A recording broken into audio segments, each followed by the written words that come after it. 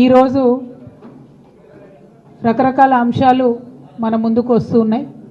వార్తాపత్రికలలో కథనాలు కూడా వస్తూ ఉన్నాయి. అందులో ప్రధానంగా మన లోకల్ బాడీకి సంబంధించిన స్థానిక సంస్థలకు సంబంధించినటువంటి ఎన్నికలు నిర్వహించడానికి ప్రభుత్వం ప్రయత్నాలు ప్రారంభించిందన్నట్టుగా గ్రామాలలో మరి ఎన్నికలకు సంబంధించి నిర్వహణ ఏర్పాట్లు చేయడానికి సిద్ధమవుతున్నటువంటి విషయాన్ని కూడా మనం అన్ని చోట్ల అన్ని వార్తాపత్రికలలో చూడడం జరిగింది. మరి వాళ్ళ స్థానిక సంస్థల ఎన్నికలు పెడుతుంది ప్రభుత్వం అంటే ప్రధానమైనటువంటి డిమాండ్గా ఉన్నటువంటి బీసీలకు సంబంధించిన అంశం ఏదైతే ఉందో దాన్ని స్పష్టత ఇవ్వకుండా కాంగ్రెస్ ప్రభుత్వం ముందుకెళ్ళడానికి వీల్లేదని చెప్పి ఇప్పటి వరకు బీసీ సంఘాలకు సంబంధించినటువంటి ప్రతినిధులందరం కూడా కూర్చొని చర్చించడం జరిగింది. మరి కాంగ్రెస్ పార్టీ కామారెడ్డిలో డిక్లరేషన్ ఇచ్చింది. ఏమని?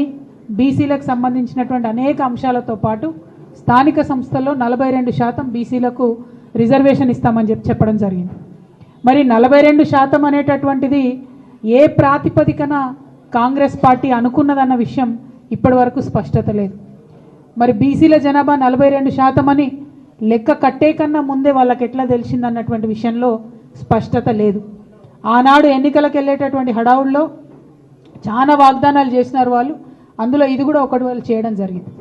ఇవాళ మరి 42% అంటే ప్రతి ఒక్కరం కూడా ఆలోచిస్తూ ఉంటే బీసీ జనాభా సగానికన్నా ఎక్కువ ఉందని రమారమి మనం చెప్తా ఉంటాం. అంటే అది 50% కావచ్చు, 60% కావచ్చు, ఇంకా ఎక్కువ ఉండొచ్చు. ఎంత ఉన్నదన్నది ఎవరికి తెలియనటువంటి విషయం. కానీ 42% అని కాంగ్రెస్ పార్టీ ఎట్లా చెప్పింది అన్నది ఇప్పటివరకు ఎవరికి అంతుపట్టని విషయం. సరే చెప్తే చెప్పారు, కానీ మరి ఆ 42% కూడా ఇవ్వకుండా మీరు ఎన్నికలకు పోయే ప్రయత్నం చేస్తున్నారా? ఈ ప్రశ్న ఇవాళ అందరి మెదడులో కూడా ఉన్నటువంటి పరిస్థితి.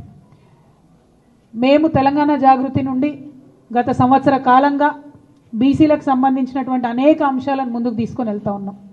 అసెంబ్లీలో పూలే విగ్రహాన్ని పెట్టాలనేటటువంటి డిమాండ్ని మేము తీసుకున్నాం.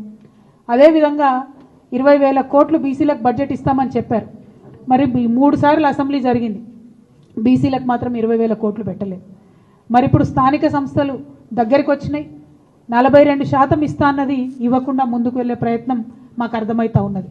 కాబట్టి ఇవాళ ప్రశ్నిస్తూ ఉన్నాం, మీరు ఎట్టి పరిస్థితుల్లో కూడా మీరు చెప్పినట్టుగా 42% ఇవ్వకుండా ముందుకు వెళ్ళే ప్రసక్తే లేదు. మిమ్మల్ని మేము వెళ్ళనీయం.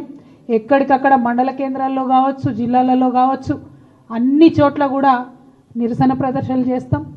మీరు 42% కాకుండా బీసీల వాటా మాట్లాడకుండా ఎన్నికలకు వెళ్తే మాత్రం కార్యాచరణ చాలా స్పష్టంగా, చాలా షార్ప్గా, పెద్ద ఎత్తున రియాక్షన్ ఉంటుందని చెప్పి ఈ సందర్భంగా ప్రభుత్వాన్ని మేము తెలియజేస్తూ ఉన్నాం. మరి ఇవాళ ఇక్కడ కలిసినటువంటి బీసీ ఎంబీసీ సంఘాలు అందరం కూడా కలిసి మాట్లాడుకున్నది ఏంటంటే, ఇవాళ ప్రభుత్వానికి మనం ఒక హెచ్చరిక జారీ చేద్దాం. మీరు చేసేటటువంటి ప్రయత్నం బీసీ డెడికేటెడ్ కమిషన్ నివేదిక ఇచ్చిన తర్వాత మాత్రమే, బీసీ జనాభా ఎంతుందో తెలంగాణ ప్రజలకు చెప్పినాక మాత్రమే, దాని మీద మీరు ఎట్లా ముందుకు పోతారనే స్పష్టత ఇచ్చిన తర్వాత మాత్రమే మీరు ఎన్నికల గురించి ఆలోచన చేయాలి. అంతవరకు స్థానిక సంస్థల ఎన్నికల గురించి ప్రభుత్వం ఆలోచన చేయకూడదు. ఇది ప్రధానమైనటువంటి డిమాండ్. రెండవది, జనవరి 3 నాడు సావిత్రిబాయి పూలే గారి జయంతి ఉన్నది. మరి ఆనాడు ఇందిరా పార్క్ దగ్గర ఒక భారీ సభను మేము పెట్టబోతా ఉన్నాం.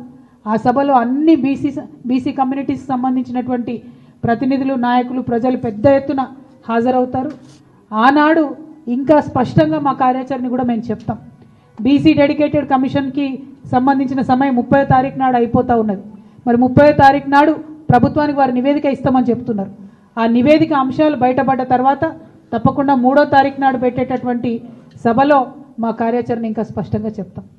ఇవాళ భారతీయ జనతా పార్టీకి కూడా మేము డిమాండ్ చేస్తూ ఉన్నాం, మీరు